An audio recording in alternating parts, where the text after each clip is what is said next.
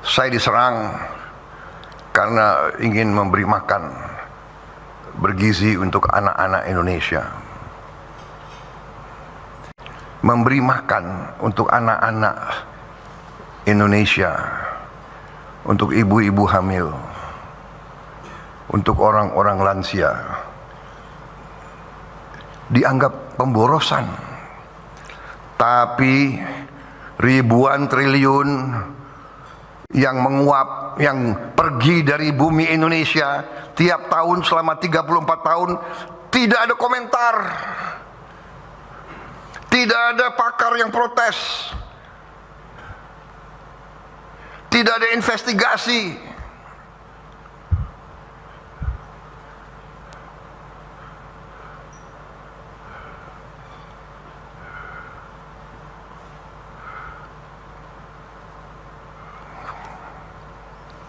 Kita mau beri makan kepada anak-anak yang jelas-jelas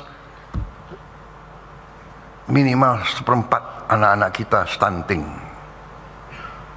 Sebagian besar juga tidak banyak yang tidak makan berangkat sekolah. Kita dituduh pemborosan. Kita dibilang ekonomi mau kolaps. Saham akan ambruk. Mata uang akan melemah. Alasannya karena boros.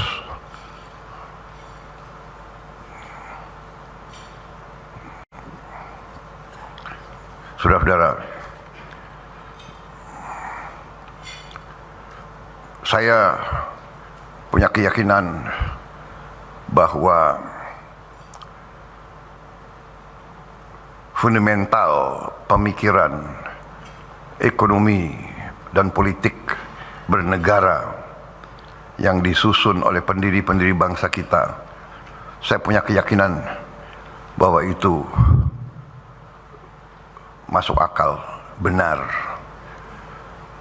Undang-Undang Dasar 1945 lahir dari perjuangan lama, lahir dari pengalaman penjajahan, lahir dari imperialisme. Apa arti imperialisme? Imperialisme artinya adalah diambilnya kekayaan sebuah bangsa oleh bangsa lain.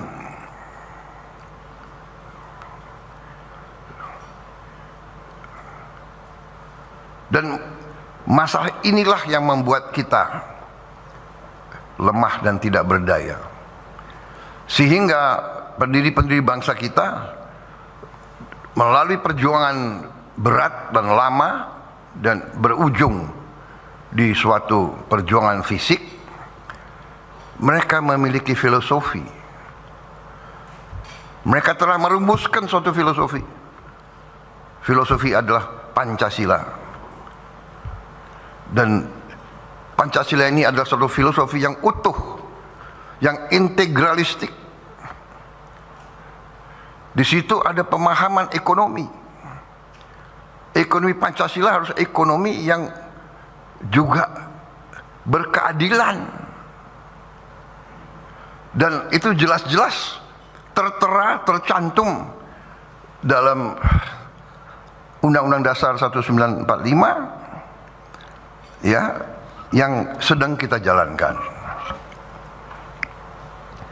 Kita sedang menjalankan Undang-Undang Dasar Negara Republik Indonesia tahun 1945.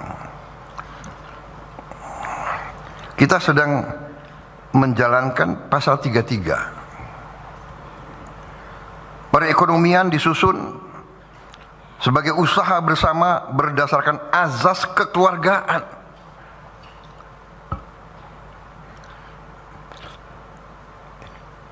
Ini jangan dianggap suatu slogan atau suatu retorika yang indah.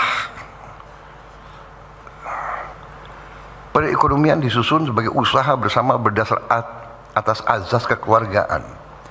Berarti seluruh anak bangsa ini bagian dari keluarga besar NKRI.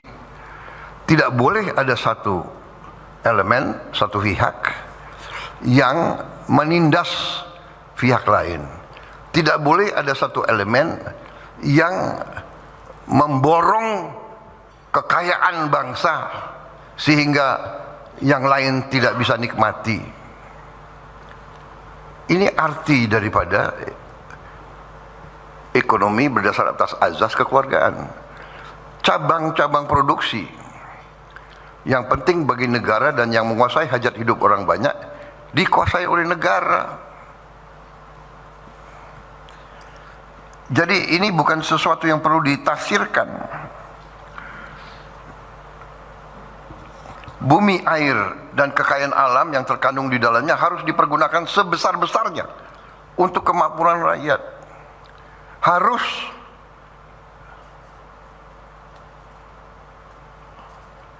digunakan, ya, dikuasai oleh negara dan dipergunakan untuk sebesar-besar kemakmuran rakyat. Saudara-saudara, juga kita juga melihat pasal 34 ini perintah undang-undang, fakir miskin dan anak-anak yang terlantar dipelihara oleh negara. Ini sedang kita jalankan. Pasal 3 untuk mengamankan sumber daya ekonomi supaya kita dapat uang. Dari pasal 3 kita menjalankan pasal 34. Jadi itulah, kita tidak boleh membiarkan anak-anak orang miskin terus miskin. Kita tidak boleh membiarkan anak-anak tidak ada harapan sekolah.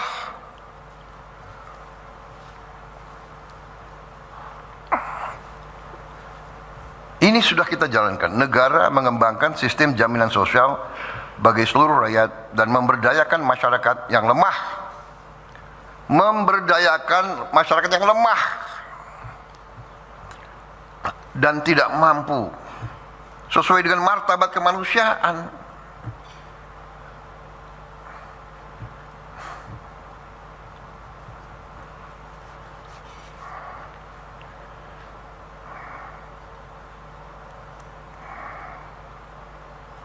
Negara bertanggung jawab atas penyediaan fasilitas pelayanan kesehatan dan fasilitas pelayanan umum yang layak.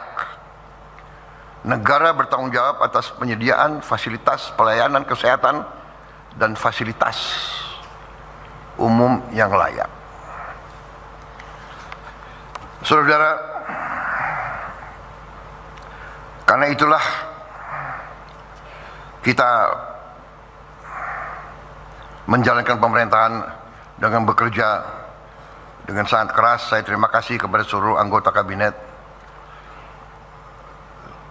Sebagian dari saudara-saudara bekerja tanpa diawasi karena saya konsentrasi kepada hal-hal penting dalam 2 tahun ini. Tapi saya lihat saudara-saudara berinisiatif, saudara masing-masing bekerja, dan bersama kita telah mencapai prestasi-prestasi yang menurut saya cukup membanggakan. Mungkin sedikit pemerintahan di dunia mencapai apa yang kita mencapai. Masalahnya masih lebih banyak. Cita-cita kita lebih besar. Pekerjaan kita masih banyak. Perjalanan perjuangan kita masih jauh. Tapi kita sudah melihat sekarang apa yang kita sudah capai. Bulan ini akan kolaps, bulan ini akan kolaps, bulan ini akan kolaps. Ternyata semakin hari semakin kuat. Semakin hari semakin kuat. Dunia sedang perang. Banyak negara termasuk risau dan panik masalah pangan. Kita sudah duluan swasembada pangan.